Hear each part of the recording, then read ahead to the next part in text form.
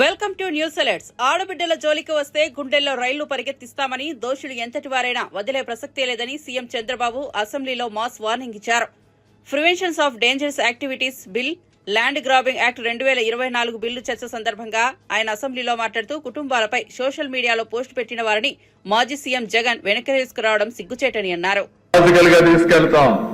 నేను ఒకే ఒక విషయం చెప్తున్నది, ఏ వ్యక్తి అయినా సరే అవకాశం ఉందని చట్టాన్ని చేతికి తీసుకుని ఇష్టానుసారంగా ప్రవర్తిస్తే ఎవరిని ప్రభుత్వం ఉపేక్షించదని చెప్పి మరొకసారి మీ ద్వారా రాష్ట్ర ప్రజలందరికీ తెలియజేస్తున్నా.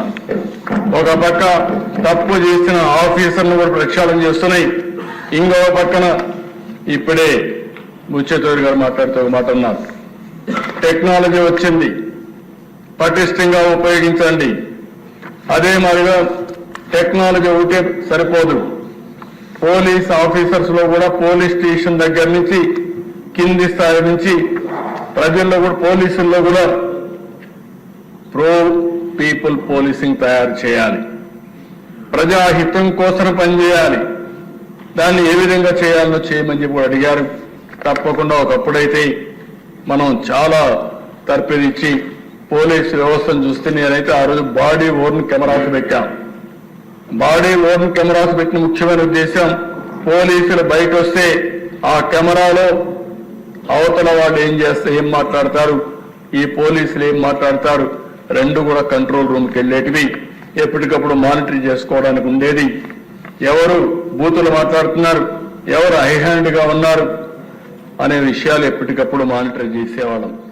ఈరోజు దిశ పోలీస్ వ్యవస్థని స్ట్రెంగ్త్ కూడా చేస్తాం, వాళ్ళని కూడా గౌరవించాల్సిన అవసరం ఉంది. అలాంటి పోలీస్ వ్యవస్థ కోసం ఒకప్పుడైతే మీరు చూస్తే 61,000 మంది 6,100 మంది పోలీస్ కానిస్టేబుల్ ని రిక్రూట్ చేయాలని ఒక కార్యక్రమం పెట్టుకున్నాం. ఇది కూడా రిక్రూట్ చేస్తాం. పోలీసులు కొంతమంది అయితే శని ఆదివారాలు కూడా సెలవు లేకుండా పండుగల పూట కూడా పనిచేస్తూ హెవీ డ్యూటీ చేసే పరిస్థితి వచ్చారు. దాని నుంచి ఏ విధంగా ఇది చేయాలో చేస్తామని చెప్పి కూడా నేను మీకు తెలియజేస్తున్నా. పెండింగ్ డ్యూస్ అన్ని అధ్యక్ష మీరు చూస్తే దగ్గర ఒక 60 కోట్ల రూపాయలు ఒక అప్పులు బకాయిలు ఉంటే అవన్నీ రిలీజ్ చేశాం. సీసీటీవీ కెమెరాలకి కనీసం ఉపయోగించుకోలేని పరిస్థితి, కరెంటు ఛార్జీలు కట్టలేని పరిస్థితి, సర్వేలెన్స్ కెమెరాస్ అన్ని మూలపడేసే పరిస్థితి వచ్చారు. అవన్నీ కూడా ఈరోజు మళ్ళీ ఏ విధంగా వాడడం కోసం ముందుకు పోతున్నాం. ఇంకో పక్కన మోడర్నైజేషన్ ఆఫ్ పోలీస్ ఫోర్స్ 61 కోట్ల రూపాయలు అక్టోబర్లో రిలీజ్ చేశాం. ఇంకో పక్కన గవర్నమెంట్ ఆఫ్ ఇండియాకు పంపించాం. 99 కోట్ల రూపాయలు వాళ్ళు ఇవ్వడానికి సిద్ధంగా ఉన్నారు. అది కూడా తీసుకొచ్చి పోలీస్ ఫోర్స్ ని మోడర్నైజ్ చేస్తామని చెప్పి కూడా నేను మీకు తెలియజేస్తున్నాను. కడాన దిశ పోలీసు వెహికల్స్ కూడా నడిచే పరిస్థితి లేకుండా చేశారు. వేరే వాళ్ళ పోలీసు వాహనాలు తీసుకోవాల్సిన పరిస్థితి వచ్చింది. ముఖ్యమంత్రి టూరు పోతే వెహికల్స్ లేకుండా ప్రైవేట్ వెహికల్స్ పెట్టుకొని బలవంతంగా లాక్కునే పరిస్థితికి వచ్చారు. వాళ్ళు కూడా ఫోర్స్ ఎక్కడ దొరికితే అక్కడ కారు కబ్జాలు చేయడం, ఇలాంటివన్నీ చేసి ప్రతిష్ట పూర్తిగా దెబ్బతీశారు. అందుకే ఆలోచించాం, 2,812 కొత్త వాహనాలకు 280 కోట్ల రూపాయల డబ్బులు శాంక్షన్ చేశాం. ఎక్కడా రాజీ పడడం లేదు. ఇంకో పక్కన దిశ పోలీసు వాహనాలకి 4 వీలర్కి వీళ్ళు ఇచ్చే పెట్రోల్ చాలకపోతే వీళ్ళు వేరే వాళ్ళపైన ఆధారపడే పరిస్థితి వచ్చారు. అందుకే 150 లీటర్లుంటే దాన్ని 300 లీటర్లు చేశాం. 2 వీలర్కి 25 లీటర్లుంటే 50 లీటర్లు చేశాం.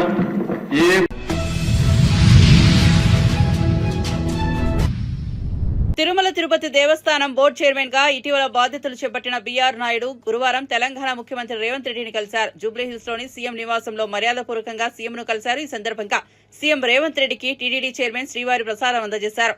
అనంతరం ఆలయ అభివృద్ధి, తీసుకోవాల్సిన చర్యలపై ఇరువురు కాసేపు చర్చించుకున్నారు.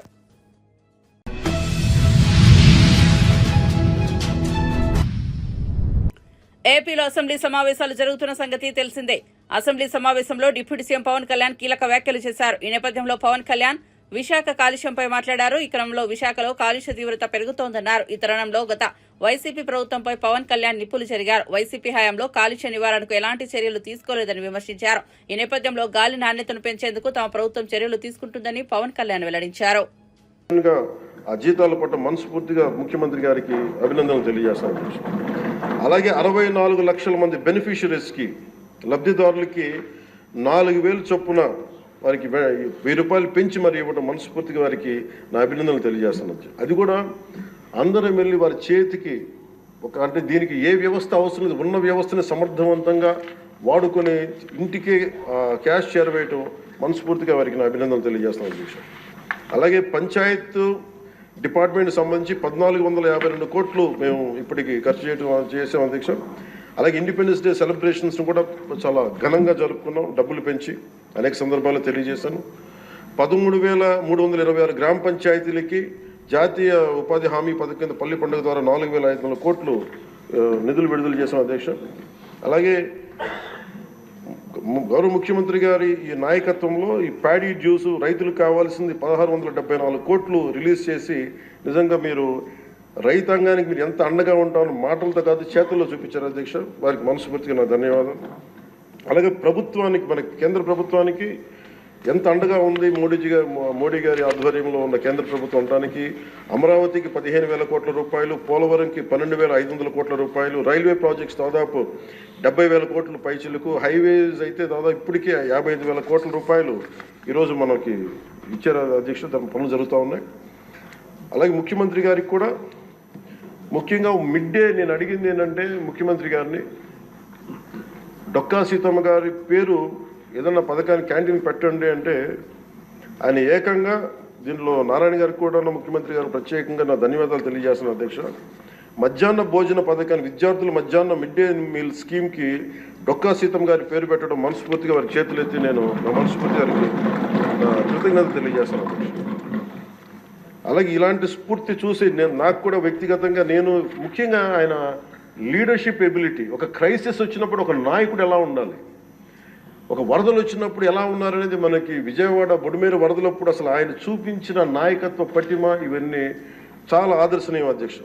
మేము వెళ్ళి కాళ్ళు మన చొక్కా మడిచి ఆయన దిగి బురదలో నడిచి దిగి ఆయనకి అవసరం లేదు, ఆయన చేయించవచ్చు.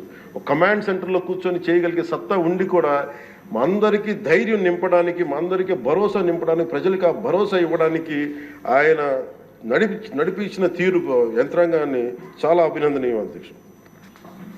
అలాగే జల్ జీవన్ మిషన్కి సంబంధించి అధ్యక్ష ఈ రోజున గత ప్రభుత్వం ఫిల్టర్ బెడ్స్ కూడా మార్చలేదు అధ్యక్ష. అంటే 4 లక్షలు అవుతుంది. అంటే ప్రతి నెల మొదటి లేయర్లో మొదటి శాండ్ తీసి అది అసలు కనీసం అది కూడా కనీసం ఫిల్టర్ బెడ్స్ మార్చని కాడికి ఈరోజు పొద్దున మన అసెంబ్లీలో కూడా మాట్లాడిన గౌరవ సభ్యులు కొంతమంది తీసుకొచ్చింది కనీసం మనకి కిడ్నీ వ్యాధులు ఎక్కువైపోతుంది, కనీసం ఫిల్టర్ బెడ్స్ కూడా మార్చలేదు. కనీసం ఫిల్టర్ బెడ్స్ మార్చిన కొంత ఇంపాక్ట్ తగ్గుద్దని అంటుంటే నిజంగా అనిపించింది అధ్యక్ష. జల్ జీవన్ మిషన్ మేము ఇప్పుడు దాకా గౌరవ ముఖ్యమంత్రి గారి నాయకత్వంలో ఆయన విజన్ తోటి జల్ జీవన్ మిషన్ ఈ రోజున అందరికీ మాటిస్తున్నాం అధ్యక్ష, రాష్ట్రానికి మాటిస్తున్నాం. జల్ జీవన్ మిషన్ మన కేంద్రం మనకి గౌరవ ప్రధానమంత్రి గారి ఆశీస్సులతో గౌరవ ముఖ్యమంత్రి చంద్రబాబు గారి నాయకత్వంలో మునిపెన్నడూ లేని విధంగా భారతదేశంలోని ఎప్పుడు కూడా జల్ జీవన్ మిషన్ ఏ స్థాయి ఇది ఒక మోడల్గా చేస్తాం అధ్యక్ష. ఆ మాట మేము అందరం కమిటెడ్గా ఉన్నాం అధ్యక్ష. అలాగే లా అండ్ ఆర్డర్కి సంబంధించి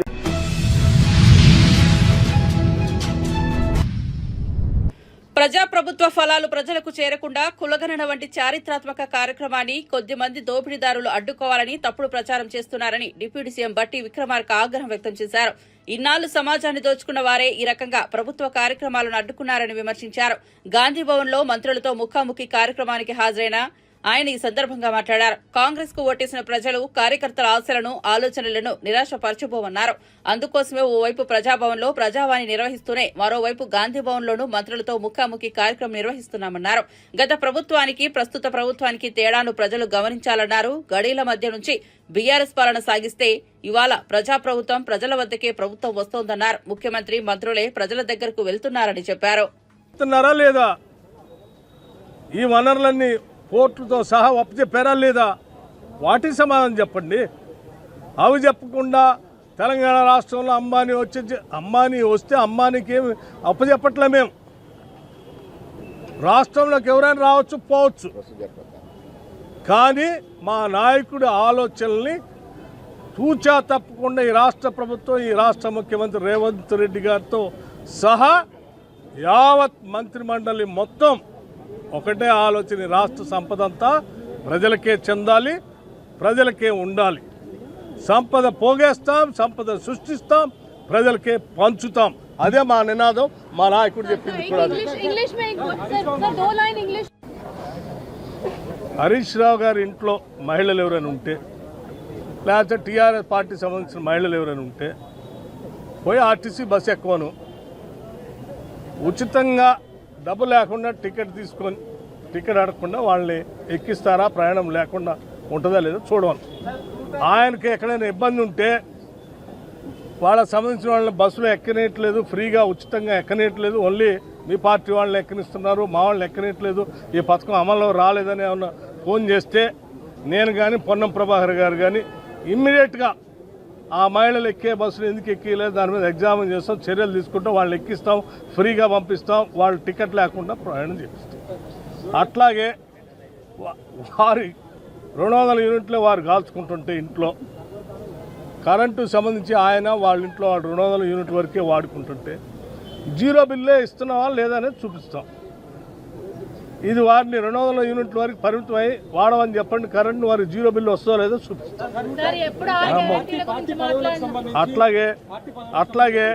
అట్లాగే అర్హత కలిగినటువంటి వాళ్ళకు సంబంధించినటువంటి వాళ్ళు గ్యాస్ సిలిండర్ 500కి వస్తుందో లేదో చూసుకోమని చెప్పండి. అనవసరంగా వాళ్ళు చేయలేదు కాబట్టి ఏదో మేము 3 ఎకరాలు ఇస్తా అన్నాం, 10 ఏళ్ళు మేము ఇవ్వలేదు, ఇంటికో ఉద్యోగం ఇస్తా అన్నాం, ఇవ్వలేదు. అట్లాగే మాలానే కాంగ్రెస్ వాళ్ళు కూడా ఉంటారు లేదా ఉండాలి అని ఆయన కోరుకుంటే అది ఆయన కర్మ. మేము అట్లా ఉండదలుచుకోలేదు. తప్పనిసరిగా మేము ఇచ్చిన హామీలు అన్నిటే కాకుండా అసలు ఇది ప్రజాప్రభుత్వం, ప్రజల ప్రభుత్వం. ఈ ఆస్తులు, సంస్థలు, వ్యవస్థలు అంతా కూడా ప్రజల కోసమే ఖర్చు పెడతాం.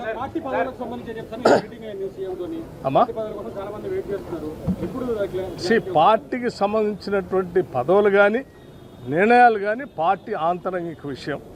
అది రాష్ట్ర కాంగ్రెస్ కమిటీ అధ్యక్షులు వారు, అఖిల భారత కాంగ్రెస్ కమిటీ మా ఇన్ఛార్జి, వాళ్ళందరూ కలిసి నిర్ణయం చేస్తారు. అది వారి ఆదేశాల ప్రకారం నడుస్తాయి. తప్పనిసరిగా ఇప్పటికి 55,000 ఉద్యోగాలు రిక్రూట్మెంట్ సంబంధించి నియామక పత్రాలతో సహా అందించాం. వాళ్ళు ఏడుస్తూ ఉంటే కాళ్ళలో కట్టబెట్టి ఏదో ఆపాలని ప్రయత్నం చేస్తే కూడా అసలు గ్రూప్ 1 ఎగ్జామే నడవద్దని వాళ్ళు భూమి ఆకాశం ఏకం చేస్తే కూడా గ్రూప్ 1 పరీక్ష నిర్వహించి చూపించాం. అసలు ఈ రాష్ట్రంలో ఉన్న నిరుద్యోగ యువతీయుల కోసమే ఈ రాష్ట్ర ప్రభుత్వం పనిచేస్తూ ఉంది. సాధ్యమైనంత వరకు అన్ని ఒకదాని తర్వాత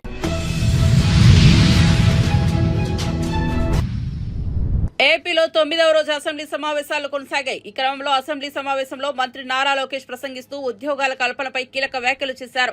5 లక్షల ఐటీ ఉద్యోగాల కల్పనే లక్ష్యంగా పనిచేస్తున్నట్లు మంత్రి లోకేష్ అసెంబ్లీలో తెలిపారు. ఈ లక్ష్యం చేరుకోవాలంటే 164 మంది ఎన్డీఏ ఎమ్మెల్యేలు సహకరించాలని మంత్రి లోకేష్ కోరారు. ఈ నేపథ్యంలో విశాఖలో టీసీఎస్ ప్రారంభిస్తామని మంత్రి లోకేష్ తెలిపారు. విశాఖలో ఐటీ హిల్స్ పై రాబోయే 3 నెలల్లో 2 ఐటీ కంపెనీలతో డేటా సెంటర్లు ఏర్పాటు చేస్తామన్నారు. చెప్పినట్లు టీసీఎస్ ఆల్రెడీ కమిట్ అయింది. టీసీఎస్ అనేది వస్తుంది, దాంట్లో ఎలాంటి సందేహం లేదు. విష్ణు కుమార్ రాజు గారు ఎప్పటికల్లా వస్తుందని అడిగినట్టున్నారు. 3 నెలలు టైం ఇవ్వండి తప్పనిసరిగా, ఎందుకంటే ఎగ్జిస్టింగ్ బిల్డింగ్స్ కి చిన్న ఏర్పాట్లు చేయాల్సిన అవసరం ఉంది. 3 నెలల్లో తప్పనిసరిగా టీసీఎస్ విశాఖపట్నంలో ప్రారంభిస్తున్నారు. అంతేకాకుండా ముందు చూపుతో వాళ్ళని నేను చంద్ర సార్ని కోరాను, మీరు క్యాంపస్ ఏర్పాటు చేయాలి విశాఖపట్నంలో అంటే ఆయన ఒప్పుకున్నారు. దానికి ఆల్రెడీ భూములు కూడా మేము ఎత్తుకుతున్నాం. దానిపైన కూడా నేను చాలా క్లియర్ గా 2-3 చెప్పిన తర్వాత దాని కూడా వస్తాను. అధ్యక్ష, పెద్దలు వంశకృష్ణ గారు అడిగినట్లు అధ్యక్ష, ఇక్కడ ఎకో సిస్టమ్ కూడా ఏర్పాటు చేయాలి. దాంట్లో భాగంగా నేను కూడా ఐటీ కంపెనీలందరితో మాట్లాడినప్పుడు ఇన్ఫోసిస్ తో కూడా మాట్లాడాను. వాళ్ళని కూడా ఒక క్యాంపస్ ఏర్పాటు చేస్తే బాగుంటుందని వాళ్ళని కోరాను. వాళ్ళు కూడా ఆల్రెడీ భూములు ఎత్తుకుతాం జరుగుతుంది అధ్యక్ష. ఏదో ఒక బిల్డింగ్ 500-600 కాదు, క్యాంపస్ అనేది అవసరం ఉంది. దానికి వాళ్ళకి భూములు కూడా ఇప్పుడు ఎత్తుకుతాం జరిగింది, మొదలుపెట్టాం అధ్యక్ష. నేను అనుకుంటా మాక్సిమం ఒక 6 months లో కొబ్బరికాయ కొట్టచ్చు నేను ఆశిస్తున్నాను. దాన్ని నేను చాలా కష్టపడుతున్నా. మీరు 20,000 ఉద్యోగాలు అడిగారు అధ్యక్ష. 5 సంవత్సరాలు 20,000 ఉద్యోగాలు నా టార్గెట్ కానే కాదు. పెద్దలు అన్నట్టు 5 లక్షల ఉద్యోగాలు ఒక ఐటీ రంగంలో ఆంధ్ర రాష్ట్రంలో క్రియేట్ చేయాలని టార్గెట్ గా నేను పనిచేస్తున్నాను అధ్యక్ష. మనం యుఎస్ కూడా వెళ్ళాను. అనేక డేటా సెంటర్ సంస్థలతో కూడా నేను కలుస్తాను జరిగింది అధ్యక్ష. ఒకసారి చూస్తే 2019 నుంచి 24 వరకు గత ప్రభుత్వం దీనిపైన ఎలాంటి ఫోకస్ పెట్టక డేటా సెంటర్ ఎకో సిస్టమ్ అటుపక్క ముంబైలో, ఇంకో పక్కన తమిళనాడులో, అదేవిధంగా తెలంగాణలో వస్తాం జరిగింది అధ్యక్ష. అదే గాని మనం గాని ఆనాడు తీసుకొచ్చిన పాలసీ ముందలు తీసుకెళ్ళి ఉంటే Visakhapatnam data centre capital of the world అయ్యింది అధ్యక్ష. మనం చూస్తే డేటా సెంటర్స్ లో ప్రపంచ వ్యాప్తంగా ప్రతి సంవత్సరం $300 బిలియన్ $300 బిలియన్ ఖర్చు పెట్టిపోతున్నారు అధ్యక్ష ప్రతి సంవత్సరం. నా లక్ష్యం $100 బిలియన్ భారతదేశానికి రావాలి. దాంట్లో ఎక్కువ శాతం ఆంధ్ర రాష్ట్రానికి రావాలనేది నా లక్ష్యం అధ్యక్ష. దాంట్లో నేను అందరినీ కలిసాను అధ్యక్ష. అంటే కొన్ని కంపెనీ పేర్లు నేను వెల్లడించలేను, ఎందుకంటే ఎన్డీఏ నేను వాళ్ళతో సైన్ చేశాను కనుక. వాళ్ళతో చర్చించినప్పుడు 2-3 రిక్వెస్ట్లు ఉన్నాయి. ఎస్పెషల్లీ డేటా సెక్యూరిటీ, అదేవిధంగా టాక్సేషన్, డేటా ఎంబసీస్ విషయంలో. విష్ణు కుమార్ రాజు గారు బీజేపీ నుంచి కూడా ఉన్నారు కనుక ఇక్కడ నేను ఆల్రెడీ ఢిల్లీలో ఉన్న పెద్దలతో నేను చర్చిస్తున్నాను సార్. అది పాలసీ ఒక ఫ్రేమ్వర్క్ అనేది ఏర్పాటు చేయాల్సిన అవసరం ఉంది. తద్వారా పెద్ద ఎత్తున పెట్టుబడులు కేవలం ఆంధ్ర రాష్ట్రంగా భారతదేశానికి వచ్చడానికి అవకాశం ఉంది. అది ఆల్రెడీ మేము చర్చలో ఉన్నాం అధ్యక్ష.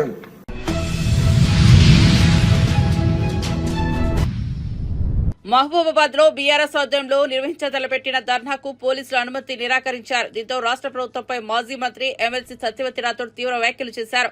ఆమె మీడియాతో మాట్లాడారు. కేటీఆర్ ధర్నా పిలుపుతో సీఎం రేవంత్ రెడ్డితో వణుకు పుట్టిందని, మానుకోటలో బీఆర్ఎస్ ధర్నా చేస్తే రాష్ట్రమంతటా ప్రజలు ఆందోళన చేపడతారనే భయంతో అనుమతి ఇవ్వడం లేదన్నారు. కాంగ్రెస్ పార్టీ అధికారంలోకి వచ్చిన తర్వాత శాంతి భద్రతలకు రక్షణ లేకుండా పోయిందని మండిపడ్డారు. మరి అది ఈ రోజు నుంచి కాదు, కాంగ్రెస్ పార్టీ దేశానికి స్వాతంత్ర్యం వచ్చినప్పటి నుంచి ఆ రోజు ఇందిరాగాంధీ ఎమర్జెన్సీ పెట్టడంతో పాటు ఈ రాష్ట్రంలో వాళ్లకు వాళ్ళు ఒకళ్ళని దించడానికి ఒకళ్ళను మరి వాడుకొని ప్రజల్ని అడ్డు పెట్టుకొని రాజకీయ చేసిన మరి దుర్నీతి కాంగ్రెస్ పార్టీది. ఇప్పుడు అదే జరుగుతుంది. లగచర్లలో గిరిజనుల మీద జరిగిన దమనకాండను రాష్ట్రమంతా తెలియజెప్పాలి, రాష్ట్ర ప్రజలందరూ మరి తెలుసుకోవాలి అని ఆలోచనతోని ఏదైతే ఇక్కడ ఈరోజు మేము తలపెట్టామో ధర్నాను, అయిపోయే ధర్నాను అనవసరంగా మానుకోటకు ఒక కొత్త సంస్కృతి తీసుకొచ్చి దాన్ని అడ్డుకోవాలని కాంగ్రెస్ పార్టీ నాయకులు పిలుపుయటం, అలాగే పోలీసులు మరి మా అనుమతి నిరాకరణ చేయడం చాలా దుర్మార్గం, అన్యాయం. మరి రాత్రి 11:30 వరకు సుమారు 6-7 గంటలు మేము ఎస్పీ ఆఫీస్లో లోపల 3 గంటలు బయట 3 గంటలు ఎదురు చూసినా కూడా మరి ఎంత ఒత్తిడి ఉంటుంది ఎస్పీ గారి మీద, పోలీసుల మీద అనేది మేము అర్థం చేసుకోగలుగుతాం. కాంగ్రెస్ పార్టీకి వెనతో పెట్టిన విద్య పోలీసులను పావులుగా వాడుకొని వాళ్ళని బలిపశువు చేయడం అనేది మరి. కానీ నిన్నటి సంఘటన అయితే నిజంగా అందరూ కూడా ఖండించాల్సిన అవసరం ఉంది అని చెప్పి నేను తెలియజేస్తా ఉన్నాను. మానుకోటని ఇవాళ చూస్తే కర్ఫ్యూ తలపిస్తూ ఉంది. కోవిడ్ అప్పుడు కూడా ఇలా లేదు. కర్ఫ్యూను తలపించే విధంగా మానుకోటను తయారు చేసిరు. దీనికి బాధ్యత స్థానిక ప్రజాప్రతినిధులు, ఎంపీ గారు, అలాగే 2 శాసనసభ్యులు. ఎవరైనా శాంతియుతంగా సభలు జరగాలని కోరుకోవాలి, కానీ మీరు రాళ్లతో కొట్టండి, అడ్డుపడండి, అడ్డుకోండి అని మాట్లాడటం దుర్మార్గం. నేను గౌరవ ఎస్పీ గారిని మా మీటింగ్ పర్మిషన్ ఇవ్వకుండా శాంతి భద్రతలు కాపాడే మరి సాకుతో మీరు అనుమతిని ఏ విధంగా నిరాకరించిండ్రో, మా రామచంద్రు మాట్లాడినా, బలరాం మాట్లాడినా, మురళి మాట్లాడినా మరి సుమోటోగా వాళ్ళ మీద కేసు పెట్టాలని చెప్పి ప్రజాప్రతినిధులు, ప్రజల మరి మాన ప్రాణాలకు రక్షణ కల్పించాల్సిన వాళ్ళు ఇంత దిగజారి ఇంత దుర్మార్గంగా మాట్లాడటం శోచనీయం, దురదృష్టకరం. ఇలాంటి వాళ్ళు మనకు ప్రజాప్రతినిధులుగా ఉండటం ఈ ప్రాంత ప్రజలు చేసుకున్న పాపంగా నేను భావిస్తూ ఉన్నాను. కాబట్టి పోలీసులు వెంటనే వాళ్ళ మీద సుమోటోగా కేసు పెట్టాలని చెప్పి నేను విజ్ఞప్తి చేస్తూ, డిమాండ్ చేస్తూ మరి వాళ్ళ మీద చర్యలు తీసుకోవాలని కూడా చెప్తూ, బీఆర్ఎస్ పార్టీ కార్యకర్తలకు, గిరిజన సంఘాల నాయకులకు, ప్రజా సంఘాల నాయకులకు నిజంగా లగచెర్ల దేశవ్యాప్తంగా అనేక దాడులు మరి ఖండించిన రాహుల్ గాంధీ ఎందుకో నోరు మూతం పడిపోయింది. ఆయన చెవు నుండి వినలేని కబోదిలాగా మారిపోయాడు. ఒక్క పిలిపియండి నేను వాలిపోతాను అంటే దాదాపు 300 కుటుంబాలు, 250 నుంచి 300 కుటుంబాల ప్రజలు వాళ్ళ గోడును మరి హైదరాబాద్ నుంచి ఢిల్లీ దేశ రాజధాని వరకు కూడా చెప్పినా రాహుల్ గాంధీకి వినపడకపోవడం దురదృష్టకరం. అంటే నువ్వు మాట్లాడిన మాటలకు ఒక నీతి లేదు, నీ మాటలకు చాతలకు పొంతన లేదు. రాహుల్ గాంధీ గారు, రేవంత్ రెడ్డి గారు కట్టే కప్పానికి, రేవంత్ రెడ్డి గారు మీకు చేసే ఊడిగానికి మరి మా గిరిజనులను బలిపశువులు చేయొద్దు. మరి గిరిజనుల మరి పక్షాన ఉండాల్సిన గిరిజనులు ఎవరు?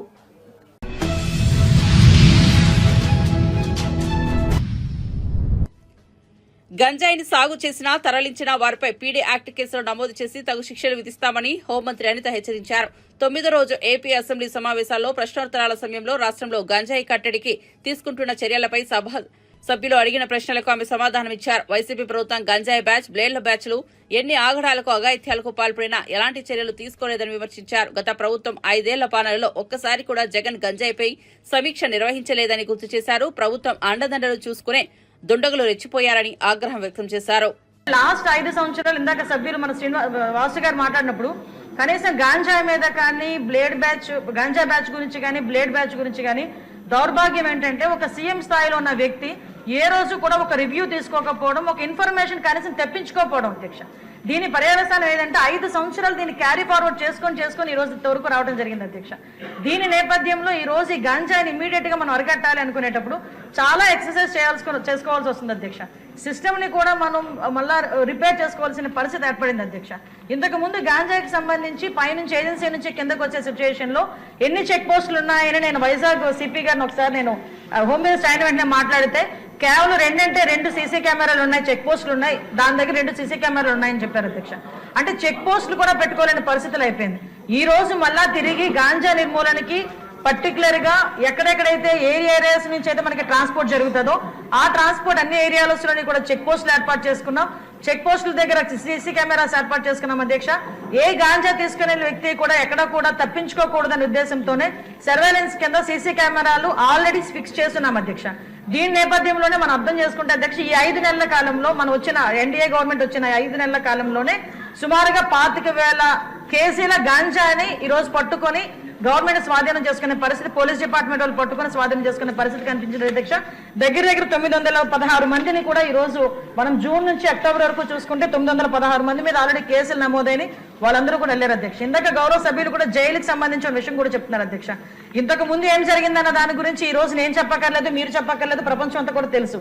కానీ ఈ రోజు మేము వచ్చిన తర్వాత మా నిఘా యంత్రాలు ఎంత క్లియర్ గా పనిచేస్తున్నాయంటే ఎప్పుడు నుంచి జరుగుతుందో అర్థం కాదు. రాజమండ్రిలోని ఒక ఫార్మసిస్ట్ ఒక జైల్లో ఉన్న వ్యక్తికి గాంజా తీసుకెళ్లే పరిస్థితి నిన్న మొన్న కనిపిస్తే ఇమీడియట్ గా దాన్ని మా నిఘా యంత్రాలన్నీ కూడా పట్టుకొని అతన్ని కూడా అరెస్ట్ చేసి జైలుకు పంపించిన పరిస్థితి.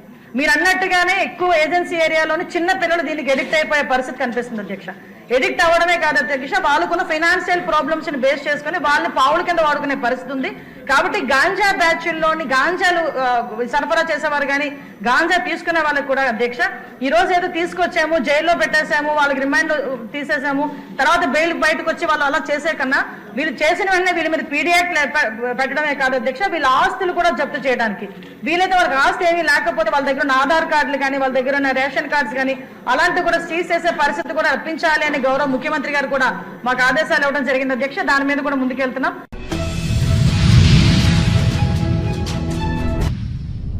హైదరాబాద్ లో లోక్ మంథన్ కార్యక్రమాన్ని మాజీ ఉపరాష్ట్రపతి వెంకయ్యనాయుడు ప్రారంభించారు. ఈ సందర్భంగా మాట్లాడుతూ మూలాలకు వెళ్లాలని చెప్పేందుకు ఈ కార్యక్రమం అని అన్నారు. భారత సంస్కృతిని వెలికి తీసేందుకు ఇలాంటి కార్యక్రమాలు చాలా ఉపయోగపడతాయని చెప్పారు. ప్రకృతిని ఎదుర్కోవడం అందరి బాధ్యత అని గుర్తు చేశారు. అమ్మ భాషకు తొలి ప్రాధాన్యత ఇవ్వాలని సూచించారు. పిల్లలను సున్నిహితంగా పెంచకుండా చిన్నతనం నుంచే కష్టం అంటే ఏంటో తెలిసేలా పెంచాలని అన్నారు. కుటుంబ వ్యవస్థను పటిష్టంగా ఉంచుకోవాలని సూచించారు. పెద్దలను గౌరవించేలా పిల్లలను తయారు చేయాలని అన్నారు. కాగా ఈ కార్యక్రమం శిల్పారామంలో 4 రోజుల పాటు జరగనుంది. 2016లో మధ్యప్రదేశ్ రాజధాని భోపాల్లో లోక్ మంథన్ ను వైభవంగా నిర్వహించారు. ఈ 2 ఏళ్లకు ఒకసారి ఒక్కో రాష్ట్రంలో నిర్వహిస్తూ వస్తోంది. ఈ రకంగా ఇది 4వ లోక్ మంథన్. దక్షిణ భారతదేశంలో మొట్టమొదటిసారి హైదరాబాద్ లో నిర్వహిస్తున్నారు.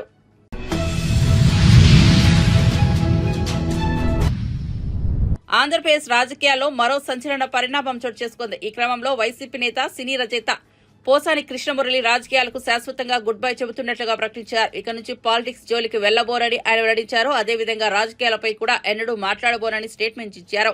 వైసీపీనే కాదు ఇప్పటి వరకు ఏ పార్టీలోనూ తనకు సభ్యత్వం లేదని తెలిపారు. ఏ పార్టీ అయినా తాను సామాన్య ఓటర్లాగే ప్రశ్నించానని, మంచి చేస్తే వాళ్ళకి సపోర్ట్ చేశానని అన్నారు. తన చివరి శ్వాస వరకు కుటుంబం కోసమే బతుకుతానని పోసాని కృష్ణమురళి స్టేట్మెంట్ ఇచ్చారు. నేను అన్ని పార్టీలకి నేను సపోర్ట్ చేశా. ఎప్పుడు ఆ పార్టీలో ఉన్న నాయకుడు గుణగణాలను బట్టి అన్ని పార్టీల్ని విమర్శించా. ఎప్పుడు ఆ నాయకులు ఎవరెవరైతే ఆ నాయకులు ఉన్నారో అప్పట్లో ఆ పార్టీకి వాళ్ళు తప్పులు చేస్తే విమర్శించా. తప్పులు చేయకుండా నేను ఎవరిని విమర్శించలా. మీరు నా రాజకీయాలు 83 నుంచి మాట్లాడుతున్నా. మీరు ఒక్కటైనా మీరు చెప్పండి. నేను విమర్శిస్తే సంతోషపడి ఉంటే అవి గుడ్ రాజకీయాలు అయ్యేవి. కానీ ఇప్పుడు ఏంటంటే రాజకీయాలు బాగోలేదు, వాళ్ళను ఇది చేస్తున్నారు, కేసులు పెడతారు, అన్నీ రావట్లేదు. Because of my Sons, because of my family. నా మీద కేసులు ఉన్న తర్వాత నా మీద కేసులు పెడతారేమో అని రాజకీయాలు బానేస్తే లెక్క వేరే. నేను తప్పు చేశానని చెప్పి కేసులు పెట్టేస్తే ఇప్పుడు నేను రాజకీయాల నుంచి బయటకు వెళ్తే వెనక్కి తీసేసుకుంటారా? ప్రభుత్వం అంతా ఆ పోలీసులు తీసేసుకుంటారా? అంటే అంత బ్లాక్ మెయిలర్సా పోలీసులు అని అడుగుతున్నా. నేను ఇద్దరు కిడ్నాప్ చేసి 10 లక్షలు కాజేశా, కేసు పడింది, టక్కన బీజేపీలోకి వెళ్ళిపోయా, మోడీ జై అని. అంటే కేసులు ఉండవా? అంటే అంత అసమర్థత ఈ భారతదేశ రాజకీయం. అంటే పోసాని కృష్ణమురళి ఎవరి మీద కేసు వేస్తే రాజకీయాలు మానేస్తే సంబరాలు తీసుకుంటారా? నేను ఏ తప్పు చేయలే. ఇన్ కేస్ చేసి ఉంటే నేను జైలుకి వెళ్తాను సిద్ధం, రెడీ. మదర్ ప్రామిస్లో ఏం టెలింగ్ ఉన్న తల్లి సాక్షిగా అట్టుంది. నేను అవి చూసి కన్నీళ్ళు మీ ముందు చెప్పుకోవడం ఎందుకు ఏడుపని నాకు నేనే గుండెల్లో దిగబింగుకొని వచ్చా. నేను ఇవి ఇప్పుడు కొత్తగా వచ్చినాయి కాదు, ఎప్పుడో వారికి నన్ను బట్ట కూడా చేస్తామని వాళ్ళు వచ్చారు. అప్పుడే మానేయలేదే. చిరంజీవి గారి ఇంట్లో ఆడవాళ్ళని తిడుతున్నప్పుడు ఎవరు తిట్టించారో అతన్ని అంటే వాడు నా కాళ్ళు ఎరగొడతా అన్నారు, వేసేస్తా అన్నారు. నేను అన్నాను అప్పుడు, గుర్తుపెట్టుకోండి, ఏమయ్యా నన్ను చంపితే అసలు మళ్ళీ బతకకుండా చంపు, కొనుపుడితో చంపానుకో మళ్ళీ నేను చంపాల్సి వస్తుంది అని కూడా అన్నవాడిని నేను. అంటే నిజంగా ఏ న్యాయ వ్యవస్థ అయినా చట్ట వ్యవస్థ అయినా పోసాని కృష్ణమురళి నిజంగా తప్పులు చేశాడు, క్రైమ్ చేశాడు అంటే 100% నేను తీసుకెళ్లి జైల్లో పడేయండి.